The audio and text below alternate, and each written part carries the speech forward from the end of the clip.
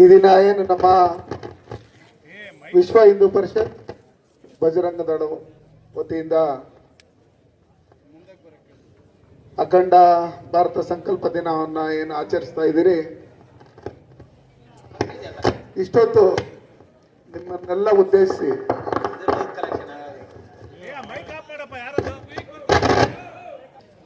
ನಿಮ್ಮನ್ನೆಲ್ಲ ಕುರಿತು ನಮ್ಮ ಜಿಲ್ಲೆಯವರೇ, ನಮ್ಮನೆ ಮಗಳು ಏನೇನು ವಿಷಯ ತಿಳಿಸ್ಬೇಕು ನಿಮಗೆ ಎಲ್ಲ ವಿಷಯನೂ ಸವಿಸ್ತರವಾಗಿ ತಿಳಿಸಿದ್ದಾರೆ. ಇದಕ್ಕೆ ಸಾವಿರಾರು ಸಂಖ್ಯೆಯಲ್ಲಿ ನಮ್ಮ ದೇಶಭಕ್ತರು, ತಾಯಿ ತಂದೆಯರು, ಅಣ್ಣ ತಮ್ಮಂದರು, ಎಲ್ಲ ಬಜರಂಗ ದಳ ಮತ್ತು ವಿಶ್ವ ಹಿಂದೂ ಪರಿಷತ್ತು ಎಲ್ಲ ಹಿಂದೂಪರ ಸಂಘಟನೆಗಳವರು ನಮ್ಮ ಕಾರ್ಯಕ್ರಮವನ್ನ ಆಲಿಸಿದ್ದಾರೆ. ಎಷ್ಟೋ ಜನ ಮನೇಲಿ ಕೂತು ಕೇಳಿಸ್ಕೊತಾ ಇದ್ದಾರೆ. ಇದಕ್ಕೆ ಕಳೆದ 2 ಗಂಟೆಯಿಂದ ಭದ್ರತೆಯನ್ನು ನಮ್ಮ ಪೊಲೀಸ್ ಇಲಾಖೆಯವರು ಕೊಟ್ಟಿದ್ದಾರೆ.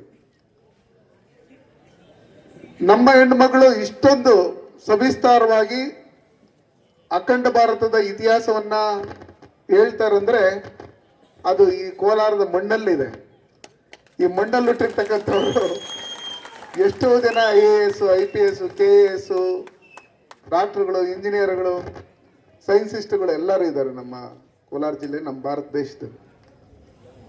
ಈ ಕಾರ್ಯಕ್ರಮದಲ್ಲಿ ಸಿಗಳ್ಳಿ ಸುಂದರ್ ಅವರು, ನಮ್ಮ ಬಜರಂಗಗಳ ಬಾಬಣ್ಣವರು ಎಲ್ಲರೂ ಇದ್ದಾರೆ.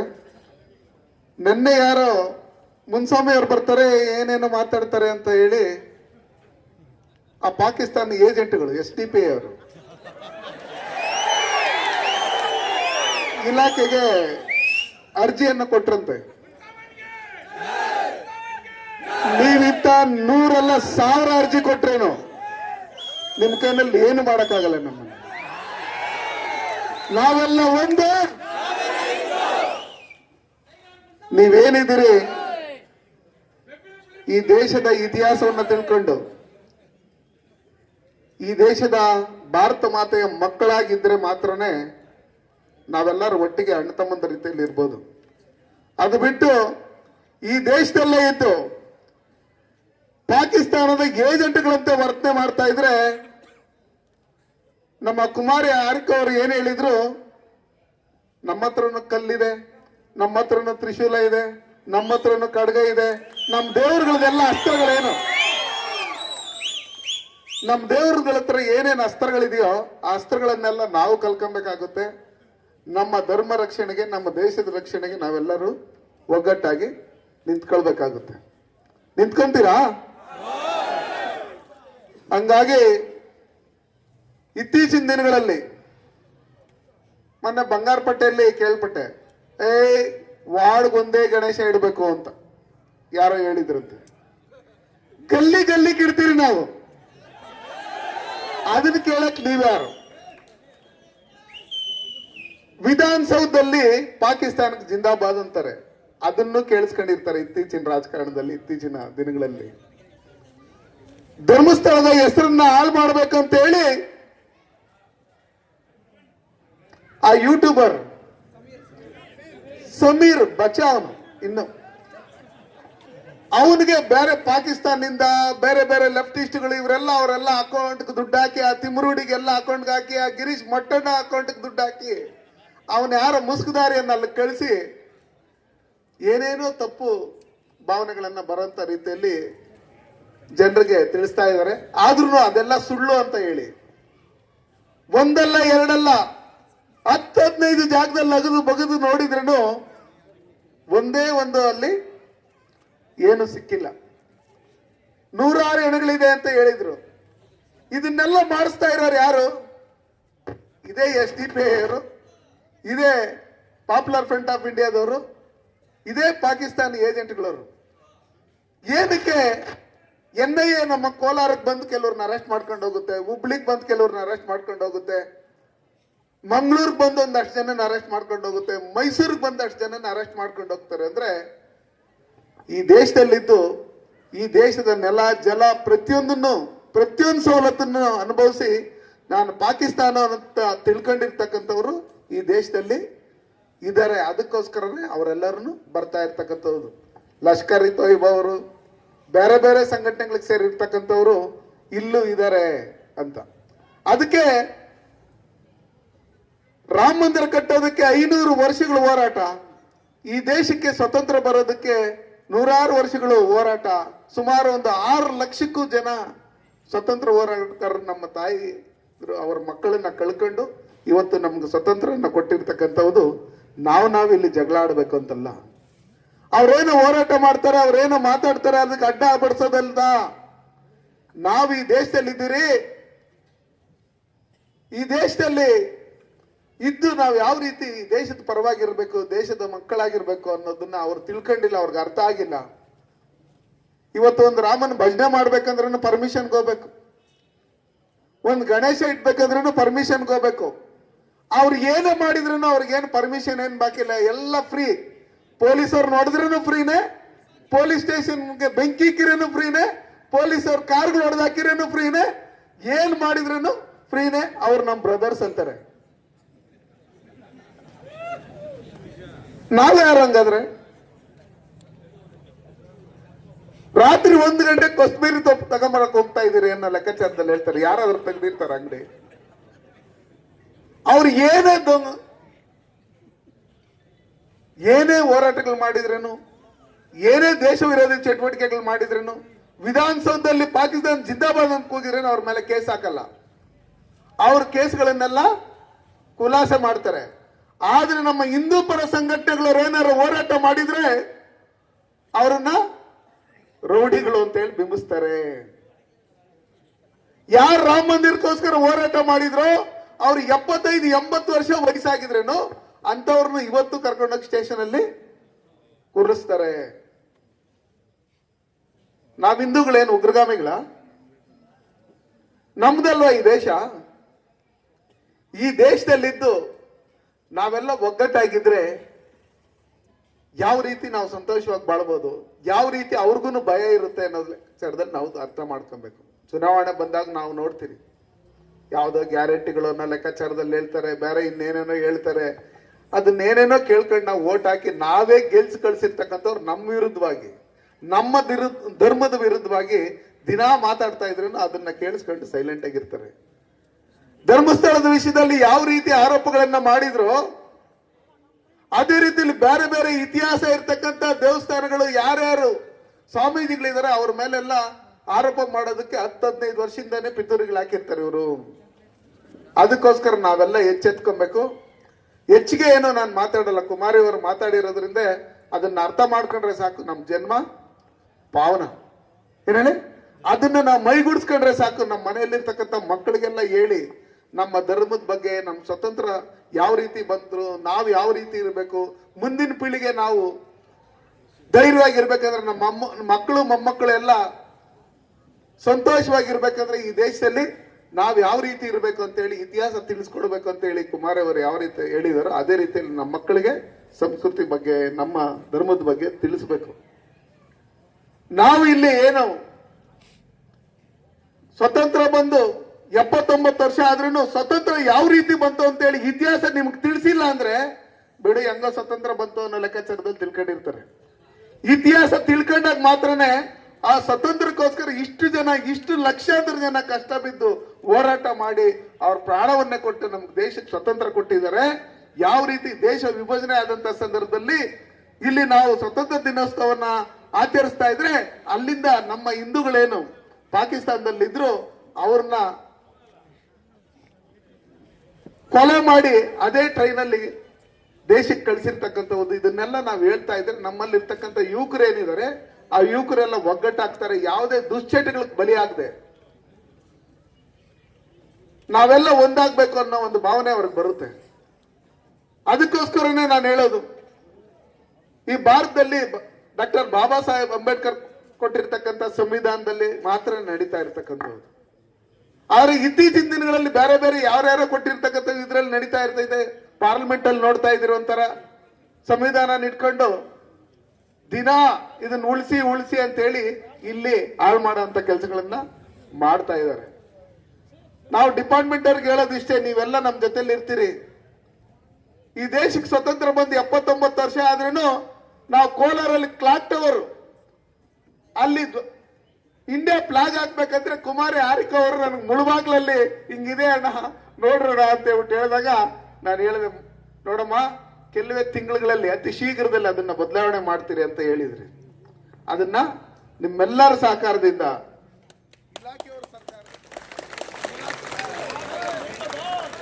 ಇಲಾಖೆಯವರ ಸಹಕಾರದಿಂದ ಅವತ್ತಿದ್ದಂತ ಅಧಿಕಾರಿಗಳು ಅದೇ ತರ ಇದ್ರು, ಸರ್ಕಾರನೂ ಅದೇ ತರನೇ ಇತ್ತು. ಇವತ್ತಲ್ಲಿ ಭಾರತದ ಧ್ವಜವನ್ನ ಹಾಕಿದಿರಿ.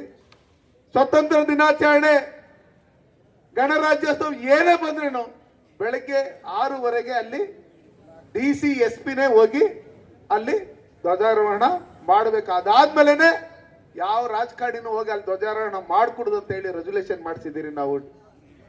ಯಾಕಂದ್ರೆ ಬೇರೆ ಯಾರ್ಯಾರೋ ಬರ್ಬೋದು, ಅಲ್ಲಿ ನಗರಸಭೆಗೆ ಯಾರೋ ಅಧ್ಯಕ್ಷರಾಗಿ ಬರ್ಬೋದು, MLA ಯಾರೋ ಬರ್ಬೋದು, ಡಿಸ್ಟ್ರಿಕ್ಟ್ ಮಿನಿಸ್ಟರ್ ಯಾರೋ ಬರ್ಬೋದು. ಇಲ್ಲಿ ವೋಟ್ ಹಾಕ್ಸ್ಕೋಬೇಕಪ್ಪ, ಅಲ್ಲಿ ನಾನು ಧ್ವಜಾರೋಹಣ ಮಾಡಿರೋ ನಾನು ವೋಟ್ ಹಾಕಲ್ಲ ಅನ್ನೋ ಲೆಕ್ಕಾಚಾರದಲ್ಲಿ ಯೋಚನೆ ಮಾಡ್ಬೋದು. ಅದಕ್ಕೋಸ್ಕರ DCSPನೇ ಹೋಗಿ ಮಾಡ್ಬೇಕು ಅಂತ ಹೇಳಿ ಅದನ್ನ ನಾವು ಮಾಡಿರ್ತಕ್ಕಂಥದ್ದು. ನಮಗೊತ್ತು ಮುಂದೊಂದು ದಿನ ಈ ತರ ಎಲ್ಲ ಆಗ್ತಾ ಇರುತ್ತೆ ಅಂತ ಹೇಳಿ ತಿಳ್ಕೊಂಡೆ ಆ ತರ ಮಾಡಿರಿ. ಇನ್ನು ಏನೇನು ಮಾಡ್ಬೇಕು ಅಂತ ಇತ್ತು, ಆದ್ರೆ ಕಾರಣಾಂತರಗಳಿಂದ ಮಾಡೇ ಮಾಡ್ತೀರಿ. 500 ವರ್ಷ ಬೇಕಾಯ್ತು ರಾಮ ಮಂದಿರ ಕಟ್ಟೋದಕ್ಕೆ ಅಂದ್ರೆ ಅಷ್ಟು ವರ್ಷಗಳ ಹೋರಾಟ. ನಾವು ಕೋಲಾರನ್ನ ಈ ದೇಶದಲ್ಲಿ ಇರ್ತಕ್ಕಂಥ ಪ್ರತಿಯೊಬ್ಬರು ನಾವು ಬದಲಾಯಿಸ್ಬೇಕಂದ್ರೆ ಯಾವ ರೀತಿ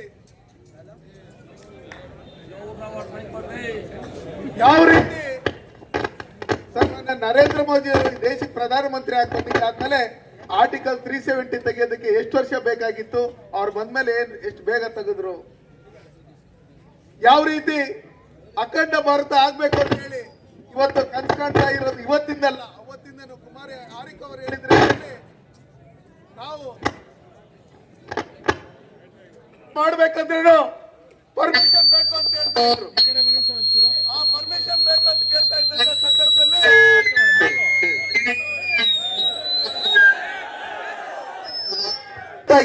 ನಾವ್ ಯಾವ ದೇಶದಲ್ಲಿದ್ದೀರಿ, ಭಾರತ ದೇಶದಲ್ಲಿದ್ದೀರಾ, ಪಾಕಿಸ್ತಾನದಲ್ಲಿ ಇದ್ದೀರಾ, ನಾವು ಮಾಡ್ತೀರಿ, ನಿಮ್ ಕೈನಲ್ಲಿ ಏನಾಗುತ್ತೆ ಮಾಡ್ಕೊಳ್ರಿ ಅನ್ನೋ ಲೆಕ್ಕಾಚಾರದಲ್ಲಿ ನಾವು ಡಿಸೈಡ್ ಮಾಡಿದಾಗ ನಾವ್ ಯಾರಿಗೂ ಒಂದೇ ಒಂದು ವೆಹಿಕಲ್ ಕೊಟ್ಟಿಲ್ಲ, ₹1 ಹಣ ಕೊಟ್ಟಿಲ್ಲ. ಸುಮಾರು 25ರಿಂದ 30,000 ಜನ ಬಂದು ಶಿವಾಜಿ ಜಯಂತಿಯನ್ನ ಮಾಡಿದ್ರು. ಈ ಮುಳುಬಾಗ್ಲು ಅಂತ ಹೇಳಿದ್ರೇನೆ ಒಂದ್ ರೀತಿಯಲ್ಲಿ ಹಿಂದುತ್ವ ಅನ್ನೋದ್ರಲ್ಲಿ ಅವ್ರ ಬ್ಲಡ್ ಅಲ್ಲಿ ಬಂದ್ಬಿಟ್ಟಿದೆ. ಅದಕ್ಕೋಸ್ಕರನೇ ಇಲ್ಲಿ ಯಾವುದೇ ಒಂದು ಕಾರ್ಯಕ್ರಮಗಳು ಮಾಡಿದ್ರೂ ಸಕ್ಸಸ್ ಆಗುತ್ತೆ. ಎಲ್ಲಾರನ್ನು ಕೇಳಂತವ್ರು ರಾತ್ರಿ 10-11 ಗಂಟೆ ಆದ್ರೂ ನೀವು ಕಾಯ್ತಾ ಇರ್ತೀರಿ.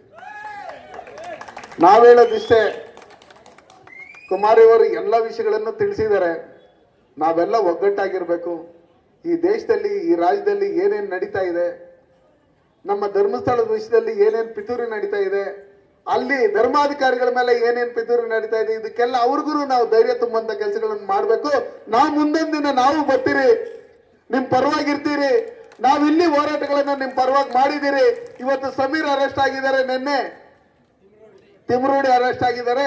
ನಾಳೆ ದಿನ ಆ ತಮಿಳ್ನಾಡಲ್ಲಿ ಒಂದು MP ಇದ್ದಾನೆ, ಅವರೂ ಅರೆಸ್ಟ್ ಆಗ್ತಾರೆ. ಯಾರ್ಯಾರು ಇದಕ್ಕೆ ಪಾಕಿಸ್ತಾನದಿಂದ ಹಣ ಕೊಟ್ರು, ಯಾವ ಮಿಷನರೀಸ್ ಹಣ ಕೊಟ್ರು, ಇದನ್ನೆಲ್ಲ ನಮ್ಮಲ್ಲಿ ಅಮಿತ್ ಶಾ ಅವರು ಇದನ್ನ ತನಿಖೆ ಮಾಡಬೇಕು ಅನ್ನೋ ಲೆಕ್ಕಾಚಾರದಲ್ಲಿ ಡಿಸೈಡ್ ಮಾಡಿರೋದ್ರಿಂದ ನಾವೆಲ್ಲರೂ ಇಲ್ಲಿದ್ದು ಇಲ್ಲಿ ಯಾರ್ಯಾರು ನಮ್ಮ ದೇಶದ ವಿರುದ್ಧವಾಗಿ ಚಟುವಟಿಕೆಗಳನ್ನ ನಡೆಸ್ತಾ ಇರ್ತಾರೋ ಅದು ನಮ್ಮ ಡಿಪಾರ್ಟ್ಮೆಂಟ್ಗೂ ಗೊತ್ತು, ನಿಮಗೂ ಗೊತ್ತು. ಅವ್ರನ್ನ ಕೂಡಲೇ ಹಿಡಿದು ಯಾರೇ ದೇಶದ್ರೋಹಿಗಳಾಗಿರ್ಲಿ, ಇಲ್ಲಿ ಯಾರೇ MLA ಆಗಿರ್ಲಿ, ಡಿಸ್ಟ್ರಿಕ್ಟ್ ಮಿನಿಸ್ಟರ್ ಆಗಿರ್ಲಿ, ದೇಶ ಫಸ್ಟ್, ದೇಶದ್ರೋಹಿಗಳನ್ನ ನಾವು ಹಿಡಿದುಕೊಡ್ತೀರಿ, ಸದೆಬಡಿತೀರಿ ಅಂತೇಳಿ ನಾವು ಡಿಸೈಡ್ ತಗೊಂಡ್ರೆ ಅಕ್ಕಪಕ್ಕದಲ್ಲಿರೋನು ಬಾಲ ಮುದ್ರಕೊಂಡು ಸೈಲೆಂಟ್ ಆಗಿರ್ತಾನೆ. ಅದು ಬಿಟ್ಟು ನಾವು ವೋಟ್ ಬೇಕು, ನಾನು ಕಾರ್ಪೊರೇಟರ್ ಆಗ್ಬೇಕು, ನಾನು ಪುರಸಭಾ ಸದಸ್ಯನಾಗಬೇಕು, ನಾನು ಗ್ರಾಮ ಪಂಚಾಯತ್ ಮೆಂಬರ್ ಆಗ್ಬೇಕು, ನಾನು ಜಿಲ್ಲಾ ಪಂಚಾಯತ್ ಆಗ್ಬೇಕು, ನಾನು MLA ಆಗ್ಬೇಕು, ನಮ್ಮ ದೇಶದ ವಿರುದ್ಧವಾಗಿ ಯಾವನ್ ಏನಾದ್ರು ಮಾತಾಡ್ಕೊಳ್ಳಿ, ನಾವು ಕೇಳಿಸ್ಕೊಂಡು ಸುಮ್ಮನೆ ಇದ್ಬಿಡೋಣ. ಯಾಕಂದ್ರೆ ವೋಟ್ ಹಾಕಲ್ಲ, ಅವ್ರ ಮನೆಗೆ 10-15 ಓಟ್ ಇರ್ತೈತೆ, ನಮ್ಮ ಮನೆಗಳಲ್ಲಿ 3 ಓಟ್ ಇರ್ತೈತೆ ಅಂತ ಯಾರು ತಿಳ್ಕೊಂಡ್ರೆ ಮುಂದೊಂದು ದಿನ ಕುಮಾರಿ ಹಾರಿಕಾ ಅವ್ರು ಯಾವ ರೀತಿ ಹೇಳಿದ್ರು ಅದೇ ರೀತಿಯಲ್ಲಿ ಆಗುತ್ತೆ. ಅದಕ್ಕೋಸ್ಕರ ನಾವೆಲ್ಲ ಎಚ್ಚೆತ್ಕೊಬೇಕು. ನಾವೆಲ್ಲ ಎಚ್ಚೆತ್ಕೊಂಡು ಒಗ್ಗಟ್ಟಾಗಿ ಈ ದೇಶದಕ್ಕೋಸ್ಕರ ಯಾರ್ಯಾರು ಬಲಿದಾನವನ್ನು ಕೊಟ್ಟಿದ್ದಾರೆ ಅವ್ರನ್ನ ನೆನ್ಸ್ಕೊಂಡು ಇವತ್ತು ವಿಶ್ವ ಹಿಂದೂ ಪರಿಷತ್ ಆಗ್ಲಿ, ಬಜರಂಗ ದಳ ಆಗ್ಲಿ, ಮನೆಗಳನ್ನ ಅವ್ರ ಮನೆಯಲ್ಲಿ ತುಂಬಾ ಕಷ್ಟ ಇರುತ್ತೆ. ಇವತ್ತು RSS ಅಲ್ಲಿ ಆಗ್ಲಿ ಯಾರೇ ಆಗ್ಲಿ ತುಂಬಾ ಕಷ್ಟ ಇರುತ್ತೆ. ತಂದೆ ತಾಯಿಗಳು ಇಬ್ಬರೇ ಇರ್ತಾರೆ, ಅವ್ರನ್ನ ಇವ್ರು ಸಾಕ್ಬೇಕು. ಅದನ್ನ ಬಿಟ್ಟು ಈ ದೇಶ ಈ ಧರ್ಮಕ್ಕೋಸ್ಕರ ಮನೆಯಿಂದ ಹೊರಗಡೆ ಬಂದು ಪ್ರಚಾರಕ್ಕಾಗಿ ಮತ್ತೆ ವರ್ಷಗಳಾದ್ರೂ ಅವ್ರ ಮನೆಗೆ ಹೋಗದೆ ದೇಶ ಸೇವೆ ಮಾಡ್ತಾ ಇದಾರಲ್ಲ, ಅವ್ರು ಏನಕ್ಕೆ ಮಾಡ್ತಾ ಇದಾರೆ ಅಂತ ತಿಳ್ಕೊಬೇಕು. ಹಾರಿಕ ಅವ್ರು ಹೇಳ್ದಂಗೆ ಕುಮಾರಿ ಅವರು, ನಾವು ಅವ್ರಿಗೆ ಬೆಂತಟ್ಟಬೇಕು. ನಾವಿದ್ದೀರಿ ನಿಮ್ ಜೊತೆಲಿ, ನಾವೆಲ್ಲ ಒಟ್ಟಿಗೆ ಸೇರಿ ಈ ದೇಶನ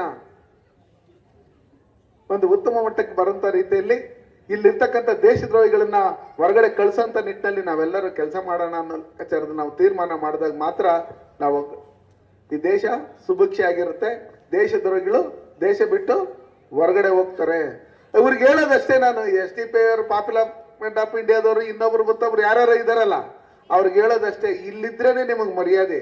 ಆ ಪಾಕಿಸ್ತಾನಕ್ಕೆ ಮೊನ್ನೆ ಯುದ್ಧ ನಡೆಯುವಂತ ಸಂದರ್ಭದಲ್ಲಿ, ಆ ಪೆಹಲ್ಗಾವ್ದು ಇದಾದಂತ ಸಂದರ್ಭದಲ್ಲಿ ನಮ್ಮಲ್ಲೇನು ಅಲ್ಲಿ ಅಟ್ಯಾಕ್ ಮಾಡಿ ಅವ್ರ ಉಗ್ರ ಶಿಬಿರಗಳ ಮೇಲೆ ಧ್ವಂಸ ಮಾಡಿ 70 ಜನ ಉಗ್ರಗಾಮಿಗಳನ್ನ ಧ್ವಂಸ ಮಾಡಿದ್ರು, ಹತ್ಯೆ ಮಾಡಿದ್ರು. ಆ ಸಂದರ್ಭದಲ್ಲಿ ಇಲ್ಲಿರ್ತಕ್ಕಂಥವ್ರು ಯಾರ್ಯಾರು ಇದ್ದಾರೆ ಅವ್ರನ್ನೆಲ್ಲ ವಾಪಸ್ ಕಳಿಸ್ಬೇಕು ಅಂತ ಹೇಳಿದಾಗ ಆ ಗಡಿಯಲ್ಲೇ ಇವ್ರನ್ನ ಒಳಗಡೆ ಬಿಟ್ಕೊಂಡಿಲ್ಲ. ನಿಮ್ಗಲ್ಲಿ ತಿನ್ನಕ್ಕೂ ಊಟ ಇಲ್ಲ, ಕತ್ತೆಗಳು ಮಾರ್ಕೊಂಡು ನೀವು ಸಂಬಳ ಕೊಡುವಂಥದ್ದು ಇನ್ನೊಂದು ಮತ್ತೊಂದು ಮಾಡ್ತಾ ಇದ್ದೀರಿ. ಅಲ್ಲಿ ಅಕ್ಕಿ ಇಲ್ಲ, ಗೋಧಿ ಇಲ್ಲ, ಪ್ರತಿಯೊಂದು ಇಲ್ಲ. ಈಗ ಸಿಂಧು ನದಿ ನೀರನ್ನ ಸ್ಟಾಪ್ ಮಾಡಿರೋದ್ರಿಂದ ನಿಮಗೆ ಕುಡಿಯಕ್ಕೂ ನೀರಿಲ್ಲ, ಅದಕ್ಕೂ ಇಲ್ಲ.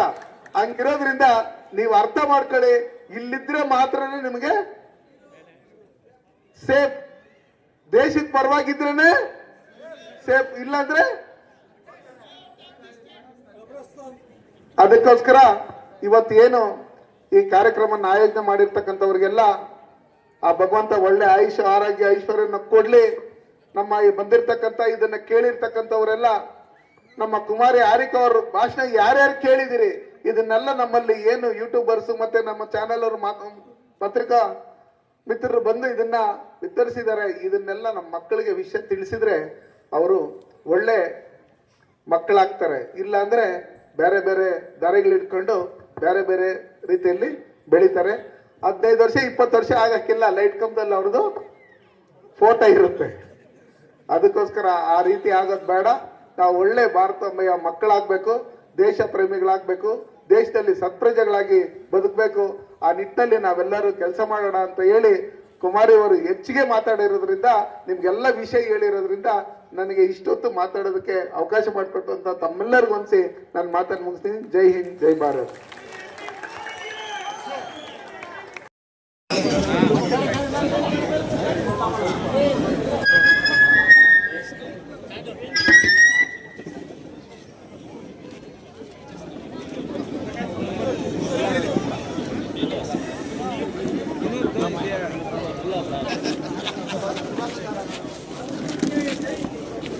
ಕುಮಾರಿ ಅವರು ಮಾತಾಡಿದ್ರಲ್ಲ,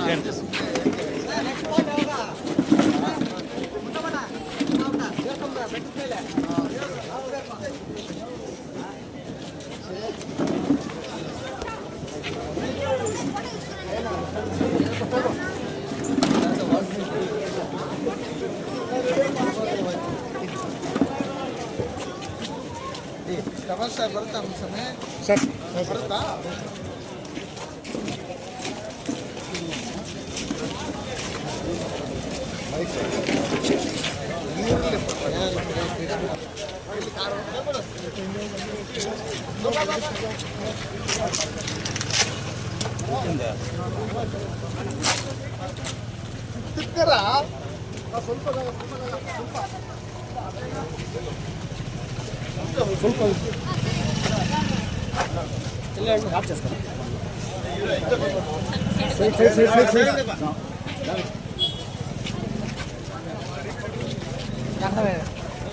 ಸ್ವಲ್ಪ